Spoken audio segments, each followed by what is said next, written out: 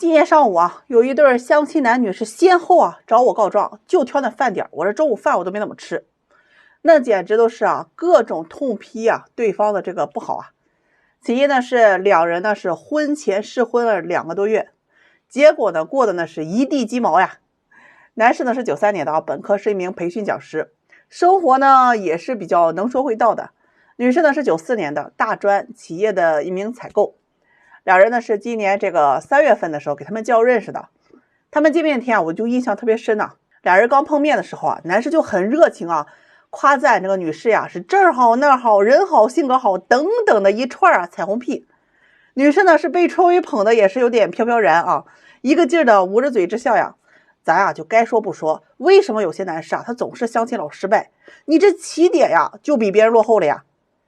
见完面之后这个男士夸女士是性格温柔善解人意，女士夸男士是行为绅士也很关心人，那真的是相见恨晚就这样呢，两人认识了有1个多月之后就确认了恋爱关系。恋爱期间呢也是很甜蜜三观合适，性格合适，哪都很好在一起3个月之后两人呢决定婚前试婚。女士呢就搬到了男士那里不是不知道，一试那简直都是一地鸡毛刚在一起的前半个月两人特别的和谐，男士送女士是上下班，晚上呢一起去外面吃饭，偶尔呢买点现成的回家再来个烛光晚餐，这今儿吃牛排明儿吃龙虾，这周末再来个涮个火锅，好是甜蜜可奈何钱包不允许于是呢两人呢就决定下班回来自己做饭吃饭。这一开始是男士买菜，女士做饭，但男士有时候下班比较晚就有点耽误，这没办法姑娘是早下班回来就去买菜回来做饭，男士回来呢就吃现成的。之前男士还刷碗慢慢的就不太想刷了，这吃完饭就往沙发上一躺就开始玩游戏，理由是自己下班晚太累了。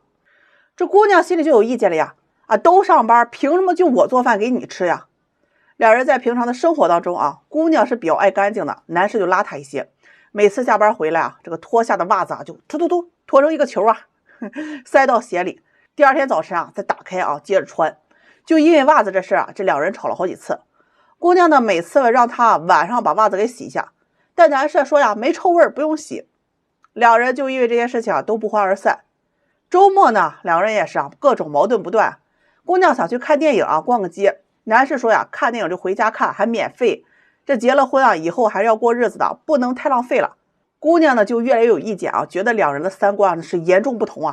后来就有一次这个姑娘到了生理期嘛，这个肚子疼，男士就给她买了一包红糖扔到桌子上，这个姑娘呢就要求男士给她冲好，男士就觉得她太矫情了，又不是不能自理了。就因为这事儿俩人又吵了一架。这个家务也是吵架谁都不想干。姑娘的理由是这还没结婚呢，又不是我家，为什么要我去做保姆？男士觉得生活在一起那就互相帮助家务就一起来干。另外这男士有抽烟的习惯，以前觉得这个男士抽烟挺帅的，后来觉得这家里烟灰到处都是，而且还很呛人，就受不了。还有就是这个姑娘这个洗衣服从来都不用手洗，一件裙子都要扔到这个洗衣机里面去洗。男士现在太浪费水了，而且呢只洗自己的衣服从来也不给男士这个洗衣服。女士有意见我干嘛要给你去洗呢？就这样呢两人呢每天生活在鸡毛蒜皮的争吵当中男士说姑娘是特别的斤斤计较，不止矫情还作。姑娘说男士有大男子主义生活邋遢，脾气还不好。最终试婚2个多月之后宣布了分手，互相埋怨对方都是试婚惹的祸大家支不支持婚前试婚呢？那关于试婚的说法真的是众说纷纭有人说好，有人说不好但你要是决定试婚同居在一起，你首先要明白一个道理试婚的目的是什么？不是让你们生活在一起互相挑彼此的毛病，而是要在出现矛盾的时候一定要学会沟通，学会互相去退让，互相理解和包容，这样的试婚呢才会修成正果。两个人在一起性格不一样，一定会出现矛盾。那这段感情能否长久幸福，不是看你们卿卿我我有多甜蜜，而是要看发生矛盾的时候是否会处理，是否愿意去包容对方，去理解，去妥协，这才是试婚的目的当然一定要坚决拒绝那种以试婚为理由却不想以结婚为目的的流氓行为，太可耻了。最后问问大家你们接不接受婚前试婚有一对情侣啊，谈了6年的感情，终于到了谈婚论嫁的时候，但是女方父母是执意啊，要求是18万的彩礼。女方父母呢说有自己的盘算，一来啊希望男方家庭富裕能够给得起这笔钱，二来呢是希望给女儿一个保障，万一婚姻啊有变动，那女儿也不至于什么都没有。女方父母呢也表示啊自己养大女儿啊不容易，家庭条件呢也一般，所以啊不会陪送嫁妆。这位姑娘呢对男友啊确实是真心实意的，也非常的想跟他在一起。她认为呢男方家庭条件不错，18万呢完全可以拿得出来，所以呢这个姑娘也希望男友啊能够委曲求全。但是男友啊却无法接受这个女方父母的要求，认为这是变相的卖女儿，不看任何感情的情分，开口就要钱，将来呢也是没办法跟这样的家人打交道。一气之下呀，两人就闹了矛盾，分手了。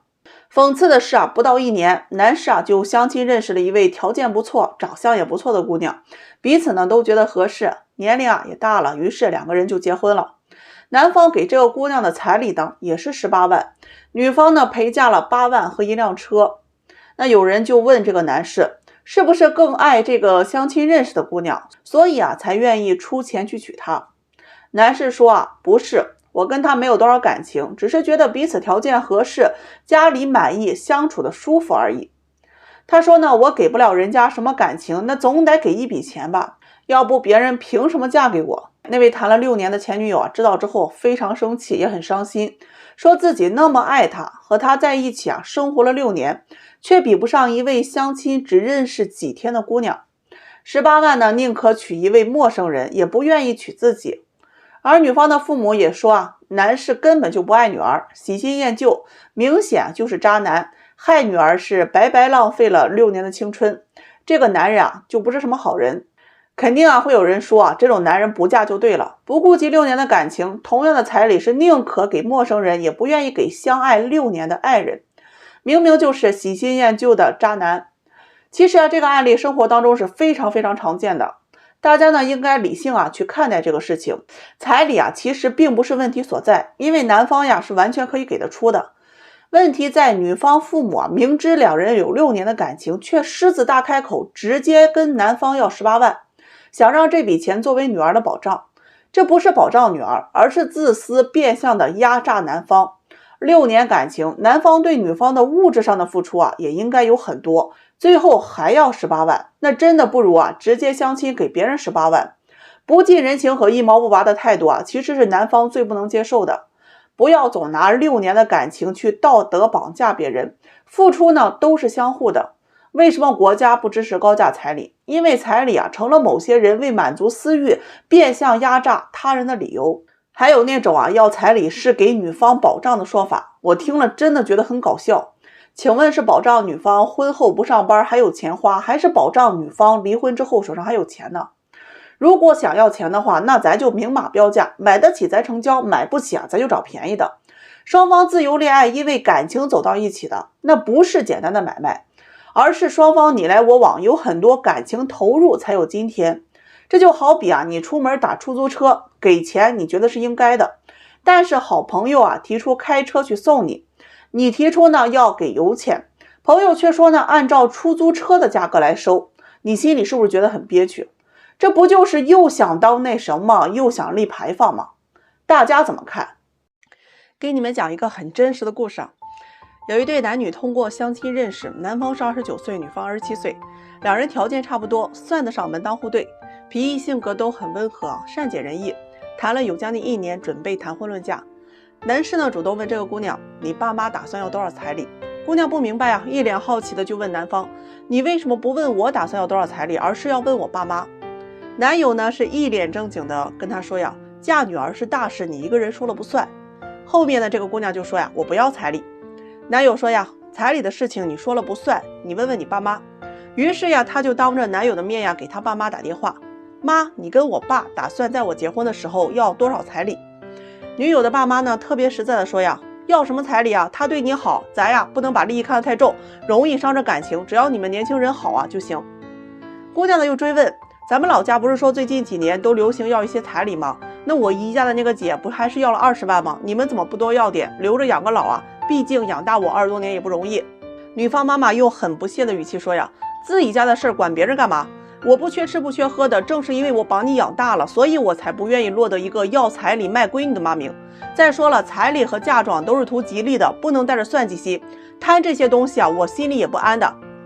姑娘问，可是他们都说这彩礼啊都是一个保障，万一我不幸福离了，起码我们还有钱呀。姑娘妈妈呢就说，女儿，你这个思想呀，彩礼和你幸不幸福那是两码事，要了这么多的彩礼你就能幸福了吗？什么保障？还不是那些人为了要高价彩礼遮盖自己的嘴脸才说的。我希望你幸福，遇到人品正、肯努力、有责任心的丈夫，彩礼不重要，你幸福才重要。如果有一天你变得不幸福了，你觉得给我多少彩礼，我心里会开心吗？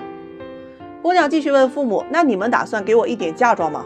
姑娘爸爸呀抢着回答说呀，嫁妆肯定是要有的，那是我们给女儿女婿的心意，但是也给不了多少，毕竟我们也只是领一个退休工资。希望你们呀小两口能够把日子过得好一点，但你们年轻人还是要靠自己努力的，什么嫁妆彩礼啊都是不能长久靠这些过日子的。挂了电话，姑娘笑着对男友说，你现在相信了吗？我不要彩礼。男友来了一句啊，你爸妈真实在，你也真是，养你这么大了，你还胳膊肘往外拐，和我穿一条裤子。